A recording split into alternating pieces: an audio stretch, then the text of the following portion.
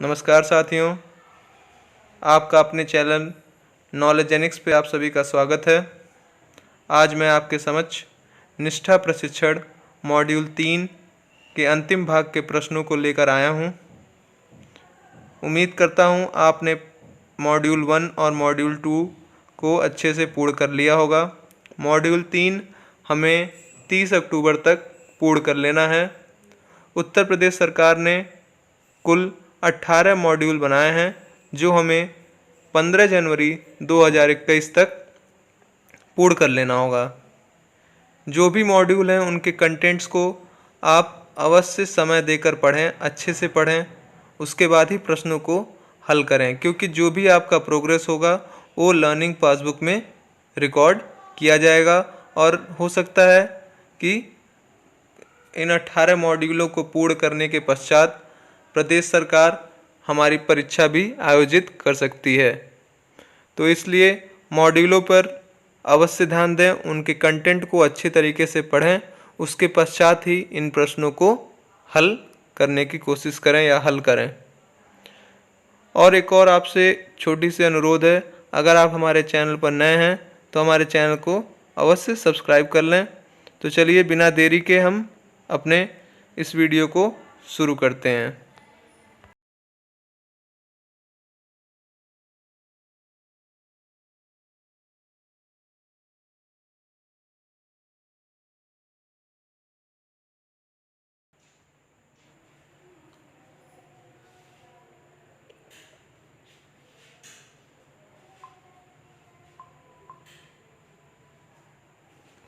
तो दोस्तों, आप देख सकते हैं मॉड्यूल 3 का हमारा पहला प्रश्न हमारे सामने है। प्रश्न है, मुख्यतः घरेलू हिंसा कहाँ होती है? इसके 4 आपके पास ऑप्शन है। गरीब परिवार में, कुलीन परिवार में, ऊपर के दोनों, इनमें से कोई भी नहीं। तो जानते हैं आप कि घरेलू हिंसा तो कहीं भी हो सकती है, चाहे वो गरीब का परिवार हो, चाहे कुलीन परिवार हो। तो जहाँ तक मुझे लग रहा है इसका सही उत्तर है ऊपर के दोनों, यानी तीसरा ऑप्शन। तो चलिए हम तीसरा ऑप्शन लगाते हैं और आगे बढ़ते हैं। इस आसन को पहचानें। तो यह आसन आप देख सकते हैं, यह आसन का 4 ऑप्शन है। भुजंगासन, शलभासन, धनुरासन या मकरासन। तो इसका सही उत्तर है भुजंगासन, पहला वाला ऑप्शन। चलिए अब हम बढ़ते हैं तीसरे क्वेश्चन पे। सभी भावनाएं आगे आपको फिल करना है। इसके 4 ऑप्शन दिए हुए हैं। व्यक्त की जानी चाहिए, दबा दी जानी चाहिए, अच्छे भाव छुपाने एवं बुरे भाव व्यक्त करने चाहिए, बुरे भाव छुपाने एवं अच्छे भाव व्यक्त करने चाहिए। तो आप जानते हैं हमें कोई भी भावनाएं अपने अंदर दबानी नहीं चाहिए, क्योंकि इससे हमारे मन में ही एक तरह से कुंठा उत्पन्न होता है। तो इसलिए हमें सभी भावनाएं अच्छे से व्यक्त कर देनी चाहिए। तो इसका सही उत्तर होना चाहिए पहला ऑप्शन, व्यक्त की जानी चाहिए। चलिए हम चलते हैं नेक्स्ट क्वेश्चन पे। किस आसन में बाहें ऊपर की ओर खींची होती हैं? तो यहाँ पर इस क्वेश्चन के 4 ऑप्शन दिए हुए हैं। हस्तोत्तानासन, शलभासन, धनुरासन, मकरासन। तो यहाँ पर देख सकते हैं क्वेश्चन में ही दिया हुआ है बाहें ऊपर। तो एक तरह से थोड़ा सा हिंट के रूप में लेते हुए आप देख सकते हैं कि हस्त का यूज़, यानी हाथ और बाहें एक थोड़ा रिलेशन बना सकते हैं। तो मेरे हिसाब से इसका सही उत्तर है पहला, हस्तोत्तानासन। चलिए इसको हम करते हैं और आगे बढ़ते हैं। नेक्स्ट क्वेश्चन है, संतुलित आहार से क्या तात्पर्य है? संतुलित आहार यानी बैलेंस डाइट। यहाँ पे 4 ऑप्शन दिए हुए हैं। पहला है उचित अनुपात में प्रोटीन, कार्बोहाइड्रेट, वसा, विटामिन का समावेश। दूसरा ऑप्शन है वसा और कार्बोहाइड्रेट का समावेश। तीसरा ऑप्शन है विटामिन और खनिज। और चौथा ऑप्शन है आपका वसा और कार्बोहाइड्रेट। तो संतुलित आहार का मतलब क्या होता है? उसमें सारी चीज़ें सही मात्रा में मौजूद होनी चाहिए, चाहे वो प्रोटीन हो, चाहे कार्बोहाइड्रेट हो, चाहे विटामिन हो। तो इसका सही उत्तर है आपका पहला ऑप्शन, उचित अनुपात में प्रोटीन, कार्बोहाइड्रेट, वसा, विटामिन का समावेश। तो चलिए हम पहले ऑप्शन को लॉक करते हैं और आगे बढ़ते हैं। स्कूल सुरक्षा और स्वच्छता में क्या नहीं आता है?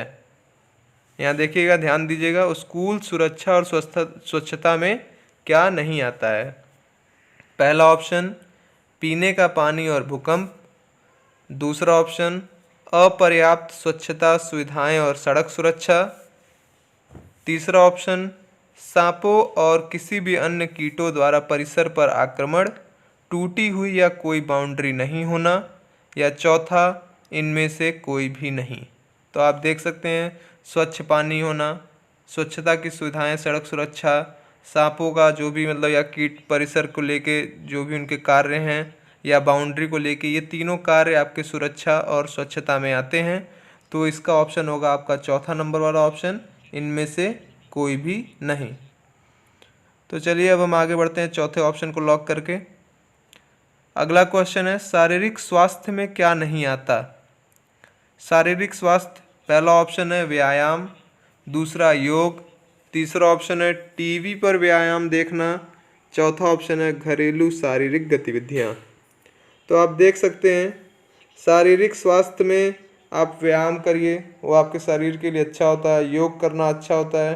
टीवी पर व्यायाम देखना, मेरे हिसाब से यही ऑप्शन आपका होना चाहिए जो आपके शारीरिक स्वास्थ्य में नहीं आता है, क्योंकि घरेलू शारीरिक गतिविधियां करने से आपके शरीर के हर एक अंग का इधर से उधर कार्य में लगे रहती हैं, तो भी एक तरह से व्यायाम ही है। तो मेरे हिसाब से इसका सही उत्तर होना चाहिए तीसरा, टीवी पर व्यायाम देखना, ये आपके शारीरिक स्वास्थ्य में नहीं आता है। अब अगला क्वेश्चन देखते हैं, निम्नलिखित में से कौन सा कथन सत्य है?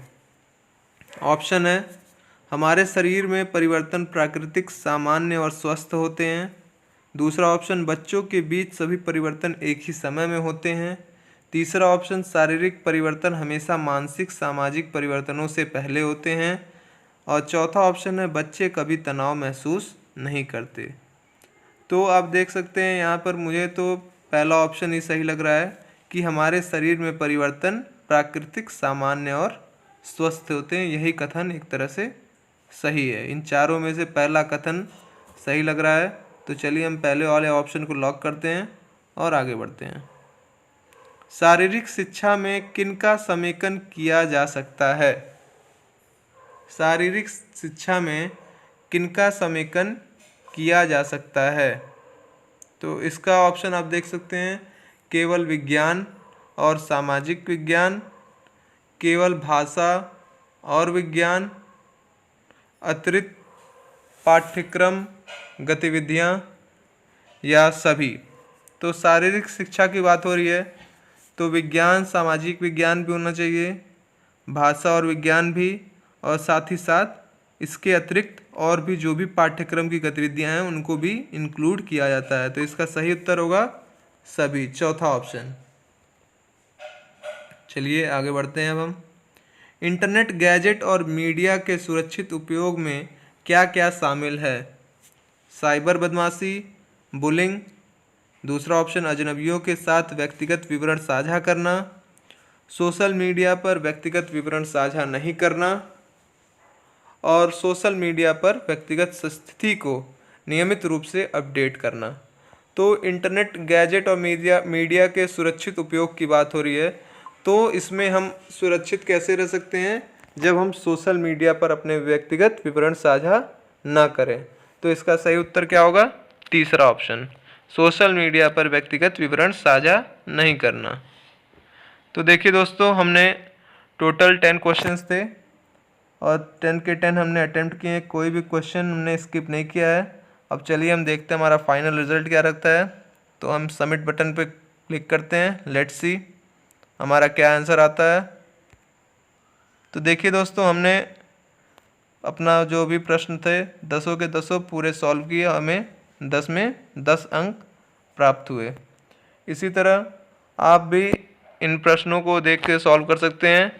बस एक चीज़ ज़रूर ध्यान रखिएगा कि इन प्रश्नों को सॉल्व करने से पहले कंटेंट को एक बार अवश्य अच्छी तरीके से पढ़ लें, ताकि आपके पास इसके पीछे जो भी मतलब कंटेंट है उसकी जानकारी आपको अवश्य रहे, क्योंकि हो सकता है भविष्य में इन 18 मॉड्यूलों को लेकर इसके लिए एक परीक्षा आयोजित की जा सकती है, सरकार द्वारा एक परीक्षा आयोजित की जा सकती है। तो इसलिए अवश्य प्रश्नों को हल करने से पहले कंटेंट पर ज़रूर ध्यान दें। उम्मीद करता हूँ आपको वीडियो पसंद आई होगी। पसंद आई है तो वीडियो को ज़रूर लाइक करें, और अगर चैनल पर नए हैं तो चैनल को सब्सक्राइब कर लें। जल्दी फिर से मिलेंगे दोस्तों एक नई वीडियो के साथ, तब तक के लिए नमस्कार।